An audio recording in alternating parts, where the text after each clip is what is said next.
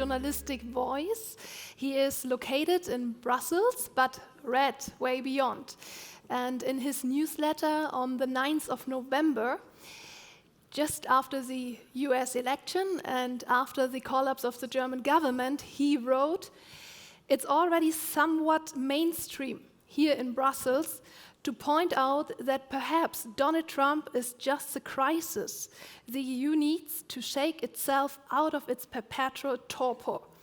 A statement. So let's discuss with him, and tonight it's a chance to go a step further and ask him if it's maybe a chance and a constructive moment to get out of this home alone situation or to make a nice and cozy home. So please give a warm welcome and applause to the Editor-in-Chief Politico Europe, Jamil Anderlini.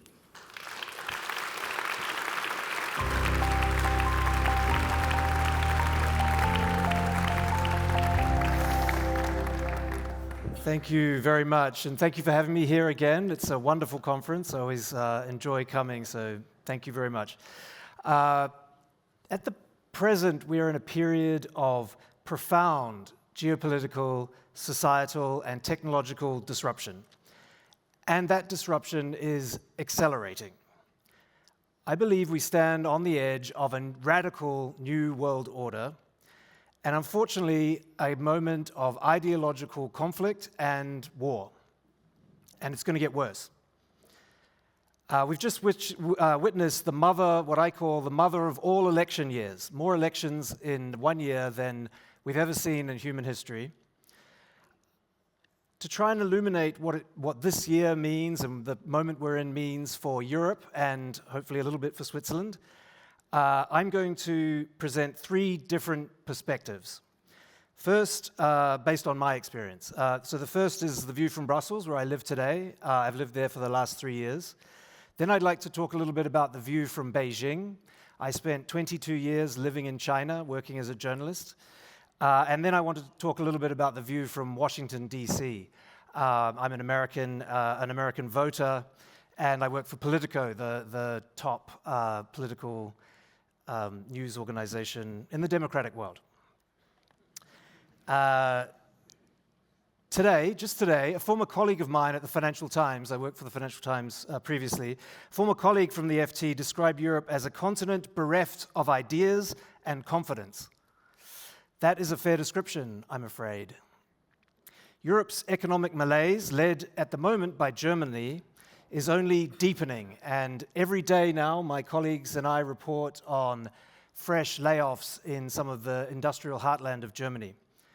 I would say it's not a uniform malaise. In the former pigs country, you remember Portugal, Ireland, Italy, Greece, and Spain, the pigs are now flying, maybe not all of them, Italy's not quite flying, but the other countries, there is a rebound. Unfortunately, at the heart of Europe, at the heart of European industry, we are seeing recession, and it's going to get a lot worse. The election for the European Union Parliament and the approval today of a new 5-year commission that will start on December 1st, that unfortunately is a distraction. Ursula von der Leyen has consolidated power very impressively in Brussels. What she did, I think brilliantly, was take the other 26 countries and the other parties, and she parceled out the portfolios so that all of them were overlapping. A genius move, because it meant that anyone who works at a company knows if you put 3 people in charge of the same thing, then nobody's in charge except the boss who arbitrates between them. So that's what she's done in Brussels. Brilliant, in a very clever, very small little way. There's a wonderful Japanese saying that I learned many years ago. Ursula von der Leyen, is the queen of a small hill, the home of 3 rabbits. This is unfortunately where Europe is today, fighting over who will be in charge of animal welfare or who will be in charge of the budget to build more small bridges. That is the state of European politics today, unfortunately. As everyone knows, the power in Brussels, the power in the European Union runs through the capitals. Without powerful leaders, particularly in Berlin and Paris, and some of the other capitals, the bureaucrats in Brussels are not empowered to do anything. There is no energy, there is no direction, and they can't actually get anything done. If you look at the extreme weakness of the German Chancellor and his collapsed government, if you look at the extreme weakness of the French president and the situation there, and many of the other traditional power centers in Europe, there you can see that Brussels is struggling and going to struggle even more. One of the first things that I try to construct conceptual frameworks around the places that I cover, the things that I'm reporting and writing about. And one of the observations I made about Brussels, about the European Union when I first arrived, was there are these centrifugal and centripetal forces. I thought that might appeal to all the engineers in Switzerland, hopefully in this room. Centrifugal and centripetal forces. And what I mean by that, centripetal is the ever closer union, the idea of, the original coal and steel union, the idea of a single currency, a single market, ever closer union. And that is a powerful force, as we've seen over the last, since the end of World War II. At the same time as these centripetal forces pulling Europe together into a single cohesive unit, there are centrifugal forces happening at the exact same time. And those are things like Brexit or nativism, populism, the idea of power to the capitals. That's happening at the same time. And the trick to being a journalist, the key to unlocking the story of the European Union, if you live in Brussels and you have to cover it, is to work out which is ascendant at any one time. They're always working at the same time, but one is usually ascendant over the other. And I can tell you categorically right now, the centrifugal forces pulling Europe apart are dominant for sure. The rise of the far right in Europe, which we've seen in the last few years, will continue. If uncontrolled migration, economic decline, deindustrialization, rampant inequality, if these topics aren't tackled and tackled very strongly, then the rise of the far right will continue across Europe. On the left in Europe, as in the United States, as across all of the democratic world, the left-wing parties have totally lost the confidence of the working class. If you go to France and you look at where Marine Le Pen and the National Front get the most votes in France today, it is the former communist strongholds in France. If you look at where the AfD are on the rise, it's in the former Eastern Germany and in the former left-wing strongholds in Germany.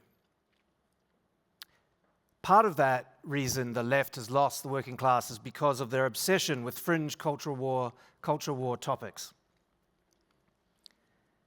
In Brussels itself, the town operates on impenetrable buzzwords, words that mean nothing to anybody who doesn't live in Brussels and doesn't spend all their time in the Brussels bubble.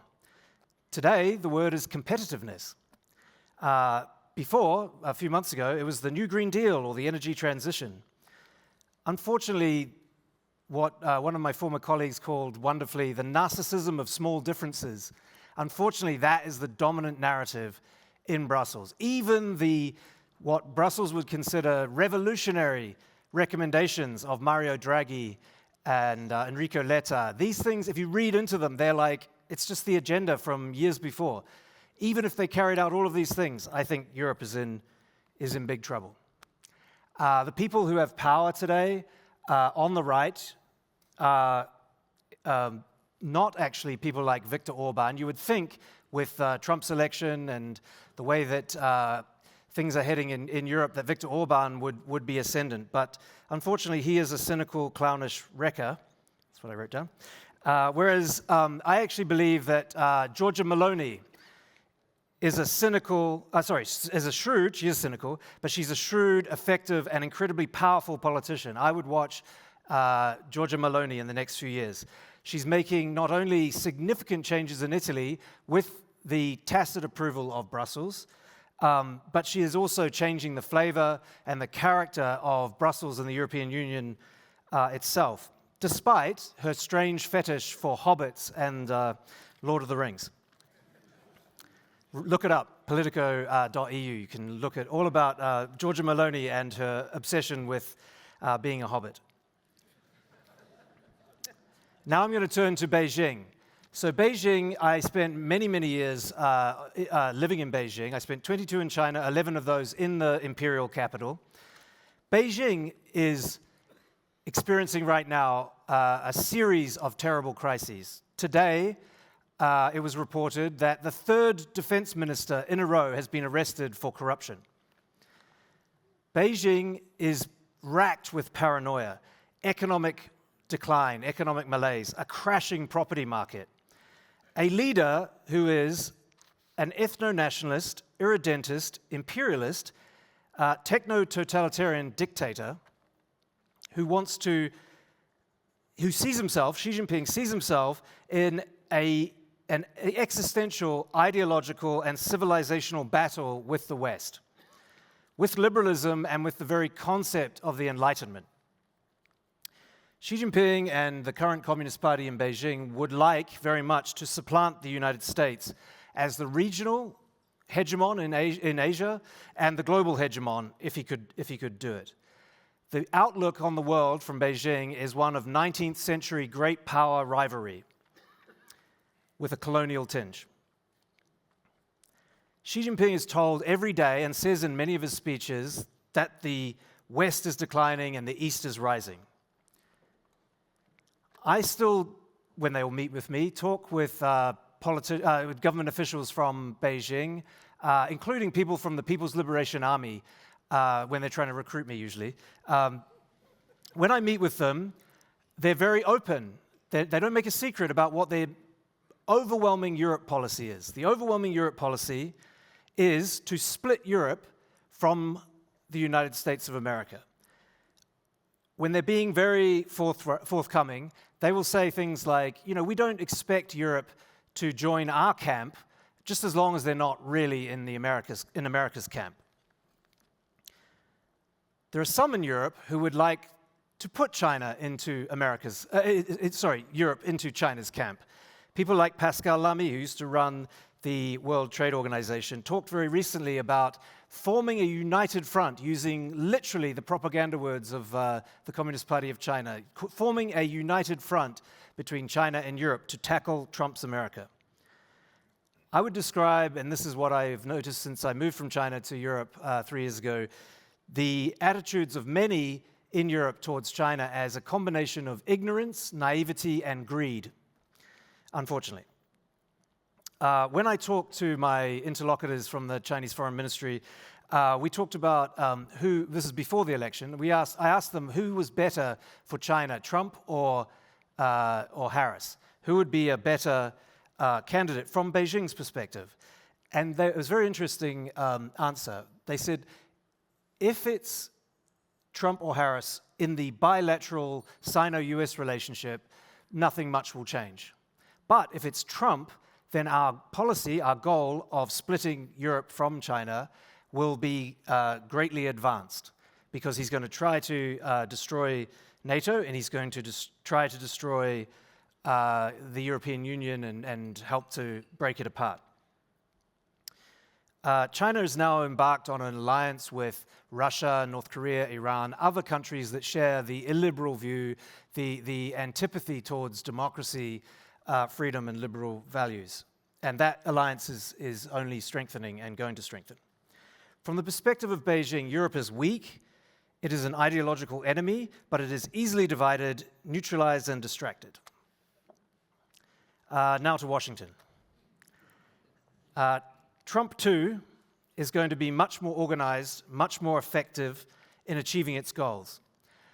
Before the election, I talked to the founder of Politico, a man called John Harris, who's the global editor-in-chief, and I asked him two things. One is, does Donald Trump want to destroy democracy?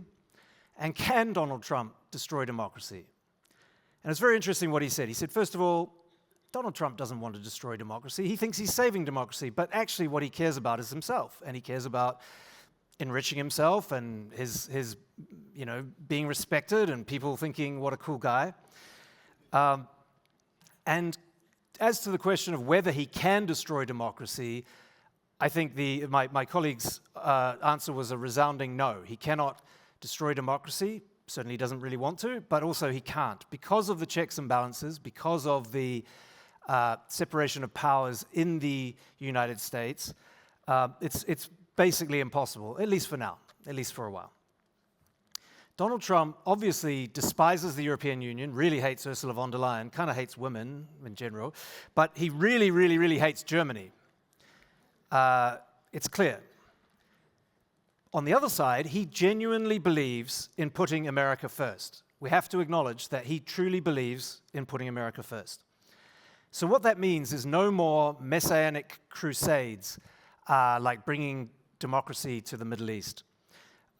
It also means a radical, radical shock for Europe. As was just quoted before, I believe actually this radical shock for Europe could be perhaps the crisis that it needs to shake it into action. Wake it up out of its slumber. Europe must prepare now for 12 years of MAGA America. Because after Donald Trump's 4 years, there's a very good chance that J.D. Vance or another acolyte from the MAGA movement, Make America Great Again movement, will win and win 2 more terms. So Europe today must prepare for 12 years. Europe must be prepared to pay for its own defense. It must organize itself to compete in the global economic marketplace. It must do the most basic things, the simplest things, which it has found itself totally and utterly incapable of doing, such as banking union, capital market union, deregulation. It must prepare for a world of accelerating deglobalization, trade war that is accelerating potentially into all-out war. The tariffs that Trump plans to put on China are real. He will put escalating tariffs onto China. We've only seen the very first step in the last couple of days. And the global trading system is like a balloon. When you squeeze it in one place, it pops out somewhere else. So all of the exports that would have gone to America, a large portion of them, will be redirected to Europe. Brussels, despite its best efforts, will have no option other than to engage in the same protectionism, the same tariff escalation, the same trade protectionism that Trump is going to be enacting. Otherwise, the deindustrialization that has been happening in the European continent over the last decade or so is going to wipe out many, many industries entirely. I gave a speech, it was actually a private thing, so I could talk even more openly than I am tonight, with Bob Zoellick. I don't know if you all know who Bob Zoellick is, quite a well-known person, World Bank and different administrations. I gave a talk with Bob Zoellick in 2018, and my whole premise was the West is in a Cold War with China and Russia and associated countries back then. And he poo-pooed me and said, young man, people like me remember the real Cold War. And he was obviously totally wrong, and I was obviously totally right.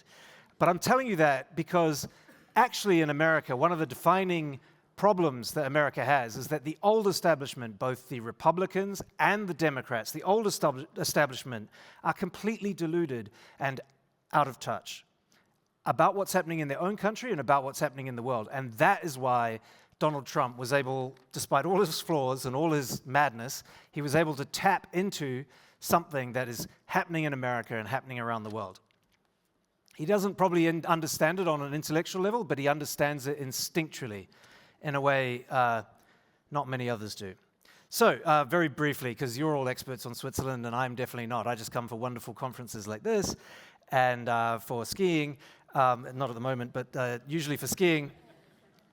So I would just say that from my perspective, sitting in Brussels, having spent most of my life in China and having deep connections to America, I would say that you here in Switzerland are going increasingly, against all your strongest instincts, you will be increasingly required to choose between the democracies and the autocracies and the totalitarian states. I believe that whether you like it or not, you are going to become closer and closer to Europe. You're going to come closer and closer to America. You will have to prepare for strife, hard times, war, and conflict. I would say, as a novice on Switzerland, that historically Switzerland has done relatively well in those very, very dangerous and difficult times in the rest of the world. The last thing I will do is end on what I would consider an optimistic note. And what I consider an optimistic note is, despite all of the fragility, the decline, the deindustrialization, the disaster that is happening in the Western democratic world, it is worse in China, Russia, Iran, and North Korea. So that's my optimistic note, and I think we're going to do some questions.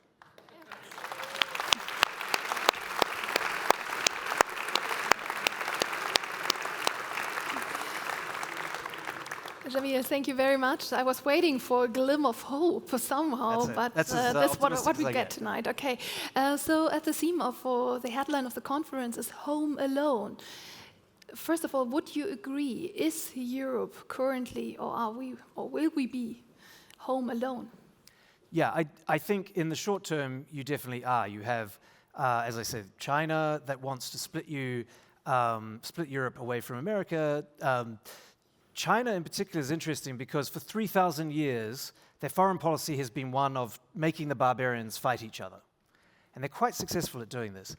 Unfortunately, you now have the same kind of mentality in Washington, D.C. You have a president who would like the barbarians, as he sees them, although he's obviously quite barbaric in some ways, he would like the barbarians to be fighting each other and splitting apart from each other. So Europe is at risk of losing its security umbrella, or parts of its security umbrella. I would say Europe and Switzerland need to prepare for a period where they have to do things for themselves and not wait for others to bail them out. And how capable of acting are we? Which is our current position? Which we are you talking about? Are you talking about Germany? Not capable at all. Are you talking about Brussels? Totally incapable, even worse than Germany. If you're talking about Switzerland, like I said, I really like coming here, and I think you guys can do a better job, hopefully. But like I say, I think that the only way that Europe and Germany are going to pull themselves out of the nosedive is through serious crisis. That's why I truly believe that Trump presidency is more hopeful for Europe, because it will shock the place to do the things that need to be done. As I said, more spending on your own defense, totally reforming regulation, totally getting your borders under control, all of these things that have led to the position that Europe's in today. I share your perspective on Germany, which is sad enough, but let's focus on entire Europe. So what exactly does our home look like? Because the question is, do we internally understand each other, or are we falling apart? You already mentioned Germany, but there's, for example, Spain moving to the left, Hungary to the right. You have the Netherlands who would like to pull out of the EU migration policy. So in which situation are we in? Actually, what kind of action can we undertake to change it, and not the day after tomorrow, now? So my perspective is from Brussels, and what frustrates but fascinates me is that while Europe is facing such momentous challenges on the world stage, the French are most interested in screwing over the Germans, and the Catalonians are most excited about screwing over Madrid. And this is what I mean, or my colleague meant, when he told me this idea of the narcissism of small differences. It's the idea of the small, the Florentines in Florence are much more, traditionally, historically, they're much more excited about screwing Lucca than they are about defending against the Austrians who are at the gates or are coming down to invade. It's that mentality remains. That is Europe, right? So, and you see it in everything. Emmanuel Macron will go to Beijing and think he's so clever because he's making a deal with Xi Jinping to invite China straight in into Europe. And in his mind, he's just won an overwhelming victory because he scored some points against Olaf Scholz. Like, that mentality is absolutely mind-boggling. And again, the only way out of it is serious crisis, like we saw with Vladimir Putin's illegal invasion of Ukraine. What did that do? It spurred the European Union into more action than... But just for a while. But just for a while. So you need constant crisis. And don't worry. Donald Trump is going to give it to you. Donald Trump is going to give you the constant crisis. Okay, nice thesis. We will watch that and continue next year to talk about it. But let's not only talk about the mindset, as you said, and what brings us together. Let's also talk about business. And here's the question: do we set the right priorities? For example, reading the Draghi report, the question is: we all agreed, or Brussels agreed to the Green Deal with von der Leyen. Is this still the right thing we need right now in order to reach growth, or do we have to reset our priorities? Well, in Brussels right now, they are resetting the priorities from the new Green Deal, the energy transition, now to competitiveness. Doesn't mean anything to anyone outside of Brussels, but that is what it means. I can interpret it for you. I'm the translator of Brussels. So what it means is not deindustrializing, not getting rid entirely of the internal combustion engine, and handing your automobile industry entirely to Beijing. That's what the shift has already happened. Now, the Draghi report, the Letter report, these are good reports. They're like the very, very, very basic things that need to happen. Capital market union, banking union. They will not happen except in a crisis. And hopefully that crisis is now coming. By the way, I just would like to say, I've been given the option to live anywhere in the world. I have many passports and citizenships, and I live in Brussels, and I love it. It's amazing. It's a wonderful museum where tourists from all around the world can come, very nice standard of living, but it won't last if the Europe elites don't get their acting. So you are an ambassador, and you invite all of them, our Swiss audience tonight, to join you in Brussels, to meet you there, to get a good idea of Europe. Come and join Europe and help us fix... nice advertisement. Help us fix it, yeah. Jamil, thank you so much for all your time and your points, and we will continue and focus on Donald Trump, and let's see what it brings. Thank you so much. Make Europe great again. Thank you.